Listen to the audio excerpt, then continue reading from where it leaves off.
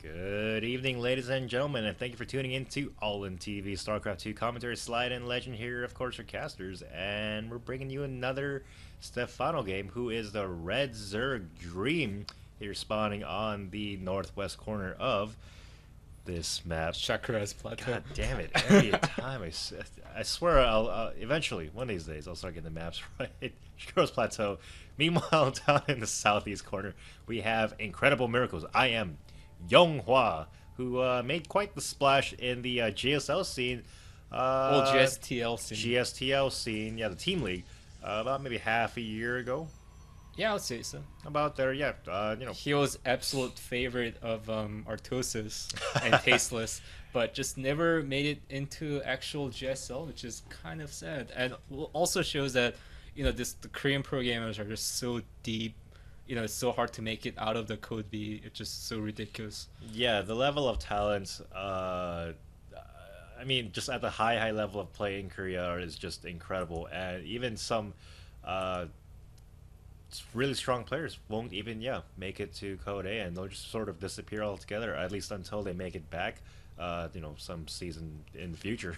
Yeah, and Younghwa was ranked 20th in Korean Grandmasters. Wow. So he's definitely practicing a lot, and he's going against none other than Stephano, one of the best Zerg in the world. So we'll see how definitely this game turns out. And of course, Stephano puts down the spawning pool because he sees a probe and really cannot put down a hatchery with a probe, guarding. So, yeah, because that probe could easily block it, either with itself or a pylon or whatnot, and or even cannon rush if he fancies to get fancy, I guess. Or even cannon rush, yeah, because Stephano doesn't know that if what's his name, Younghwa is going to be throwing out a forage for forage fast expand. Looks like that is not going to be the case. However, it is a Nexus first rather, and yeah, a lot of. That's kind of like the Protoss metagame now in TVP and TVZ. It's just the going for the quick Nexuses. And as we did see in MLG, I guess not that recently anymore, Naniwa going for the Forge Fast Expands, or, even Nexus first, all the time. Oh, nice block by Stephano here. And basically just saying, nope, you're not going to get that quick hatchery there, and the Ling's not coming out to chase away that probe. Will he cancel this pylon? I'm sure he will. I'm sure he will. I would have actually liked to see Stephano maybe even pull those Lings back for a little bit, wait for the pylon to finish so he could, get the full 100 minerals. But he's not going to do that. The hatchery is not going up for Stephano. Meanwhile, a forge after Nexus with the first cannon now on the way here for Younghwa, and he should have that cannon up in time by the time the Lings actually aren't even making their way across the map. They're just checking for more proxy pylons, I guess. Yep, and he does, block off completely, but I'm sure he'll cancel it once this gateway's finished to put down the Cyber Core. And yeah, like you said, Naniwa, I think he said something like, forge fast expand or die trying against Zerg, or something of that sort. Fast expand or die trying, and that's certainly what happened in MLG. Yeah, he certainly tried dying. Died trying. I guess. Yeah, definitely. Very strong player, but you gotta mix it up. Can't go for the same thing every time. Opponents will figure you out. Meanwhile, a very quick third for Dream, or rather Stephano here, which is a little bit unusual. A lot of times, it's an appropriate response, of course, to seeing that fast expansion from the Protoss player. However, a lot of times you see Berserk players opt to go for a Roach Bust instead in this sort of situation. Yep, but he does opt for a very heavy macro game. Of course, that's his strength. Yeah. And he's not getting a single gas at this point. Just pure kind of Spanish style, if you will, to an extension, because they're getting a very fast third base here. And a Stargate follow-up, which is also very common, but not really easy to execute these days. You get so far behind if this Void Ray, Phoenix Pressure doesn't do a lot of damage against Zerg. Yeah, Stargate play in TV, or what is this, PVZ. I think it's very cool, but personally, I think it's too much of a gamble sometimes for Protoss players. You have to get so much damage done because of both the time and the mineral and especially gas heavy investment for those air units. You got to get so much damage done, otherwise you certainly are very far behind. He's getting a very fast upgrade for his attack, so we might see that the famous +1 Zealot and Void Ray combination that Artosis talks about in his channel. If you guys haven't done that, please do. Yeah, +1 Zealots are so strong early game because it allows you to 2-shot rather than 3-shot Zerglings, which, you know, it obviously is, well, it's a huge difference in itself. Yeah. And, yeah, Void Ray Zealot, a little bit of pressure, that's going to be able to get some damage done. Hopefully here, is he going to walk those out straight in through the front? I wonder, I mean, I guess that's all he could do right now. But wow, he's adding 5 gateways, so he's gonna definitely put a lot of pressure here. Yeah, and I wonder if speed's gonna be done in time when the initial Zealots get to that get to Stephano's base. And you'll notice this among pro players and high level players, they will always time out aggression basically with the completion of you know, certain upgrades, whether or not it's a tech upgrade or just a, you know, attack or defense upgrade. Yep, very smartly put by my co-caster Slide here. Oh. And you know, with these roaches, you know, he's Oh, really pull not that gonna boy have away. any problem dealing with a lot of zealots. I wonder if this pressure gonna put on by IMYongHwa is gonna do some damage. Or oh, looks like he's gonna do some kind of MC style, you know, warping the zealots on the high ground using the Void Ray as a vision here. Yeah, and that's very nice because, you know, you're gonna have to micro away from the zealots or risk, you know, getting hacked away by them. But at the same time, while you're microing away, the Void Rays are gonna be able to do substantial amounts of damage. And are we gonna see the first couple warp-ins here? Wow, he's actually making another Void Ray here, so this is a pretty much kind of all in here. Yeah, by it is. IMYongHwa. It is definitely very all-in-ish.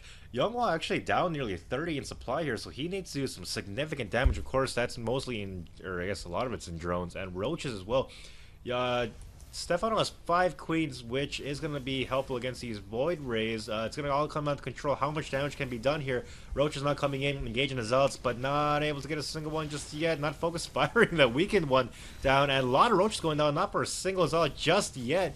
And these Void Rays doing some good work at the Queens. The Queens are focused firing the Void Rays, so pretty decent control by Stephano so far. No transfuses, unfortunately, going down just yet. There's 1, there's 2, and the Void Rays doing so much damage. Wow, it's such an intensive micro battle right now because yeah. Roaches are so good against the Zealots, but you know, their Zealots are so good against Quins, and Quins are good against Void Rays. But of course, Roaches cannot attack Void Rays. It's so ridiculous. All the Quins are gone, so these 2 Void Rays are going nuts on the charging on the Roaches and just going nuts on them. Yeah, there are so many Zealots out, enough in number, I think, to take out these Roaches, and one of the Void Rays focusing down not actually focusing anything down, yeah, just hitting random things like Evolution Chambers. Not the best Void Ray control here just yet, but yeah, 3 Queens now just about to pop, but that's his only anti-air. I think there's a Spore Crawler somewhere, and these drones gonna have to hightail it out of there, and these Roaches coming in once more to attack the Zealots, but with those Void Rays overhead, are they gonna be able to get anything done now? Finally focusing firing that Spore Crawler down. Will he get a Void Ray? No, he will not. 2 Void Rays still fully charged, doing significant amounts of damage. That 1 Queen's gonna go down very, very quickly, and the second one now coming in, he's gonna have to micro that 1 Void Ray away. It does not do that, and it does get taken on, unfortunately, but so much damage being done, and Stephano having to put all of his minerals into just Queens right now at the moment. Yeah, and IMYongHwa is following this up with a Blink, so he's definitely gonna follow this up with some kind of very heavy Blink Stalker pressure. So IMYongHwa looking very good right now. He's even up in supply at this point against Zerg. Yeah, not even starting a Hydro Gen. I guess he will clean this up eventually, but you know, Hydralisk earlier on would have definitely been able to take care of this without too much problem. It's just Void Ray Zealot, both units that the Hydralisk are very good against. Of course, he will get the spawning pool, which is going to slow down Stephano's tech significantly here. And what is his response to this going to be? Wow, 22 kill by the single Void Ray. An Executor Void Ray, yeah, definitely. And +1 armor and Blink on the way for IMYongHwa, as well as an Immortal or a couple of Immortals. So he's going to follow this up with a pretty strong ground timing push, looks like. Yep, just like I said. Thank you for repeating. Oh, did you? Yeah, I'm just kidding. Oh, I didn't actually. Yeah, IMYongHwa, you know, in a very good position here, and very smartly, you know, put by you. I don't get why he didn't go for Hydralisk then. He got a very fast layer. Of course, a lot of Zergs don't like going Hydralisk against Protoss anymore because they're so weak against high DPS units. But, you know, when you see a lot of Zealots and Voiders, you do have to go Hydralisk to kind of minimize the damage. Yeah, Because this is a very all-in-ish by Protoss player. Yeah, Hydralisk are such situational units, and just as you said, Legend, Zerg players really loath to go for them, you know, if they really can avoid it. But certainly that was the situation, and actually this army composition that we're seeing from Younghwa here, Stalkers and Immortals, Hydralisk do pretty well against too, actually. Yeah, and you know, very smartly by Younghwa, he found out that Stephano is not going Hydralisk, so he's just pumping out a lot of Immortals instead of investing heavily on Colossus, and he's gonna move out with so many Sentries, so many Stalkers, so many Immortals, and Stalker. How do you even get fit in there, man? I don't even know, but I guess he didn't want to go out single file through his entrance and will now play that. That was cute.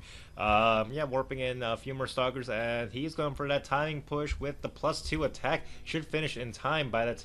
Yeah, by the time the army gets to the front door of the Zerg Natural, and Younghwa, or Stephano rather, is now going to see that army pushing through the middle and cleaning up a couple of creep turns very nicely. Then when will Stephano decide to engage this army here? Is that enough roaches? I don't know. Stalkers smartly are very nicely blinking back, letting the Zealots and the Immortals in the front to I guess absorb a lot of the damage. And the Void Ray, that's not the same 22 kill Void Ray.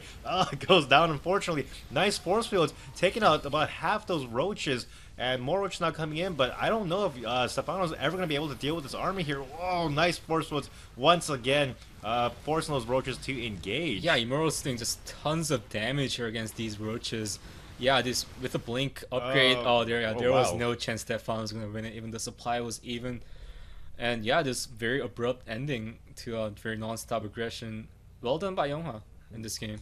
Yeah, actually, I feel like Stephano quit a little bit prematurely. I mean, yeah, he was definitely on the back foot here, but yeah, I guess he knew that he was gonna lose his third, like no matter what. And two base Zerg versus two base Protoss, you're probably never gonna win it. That's true. Yeah, even if Stephano had held his push off, likely it would have been two base to two base, which of course leaves him still behind. And really, Stephano had no other tech, no Spire, no infestation pit. So he was stuck on roaches. Yeah, so very strong showing here from Younghwa, and unfortunately not so much from our French player? Yep, French player Stephano here. And yeah, I guess that's game 2 of our Stephano series, if you want to call it that. All in TV StarCraft 2 Slide and Legend here, and thanks for tuning in. Thank you, guys.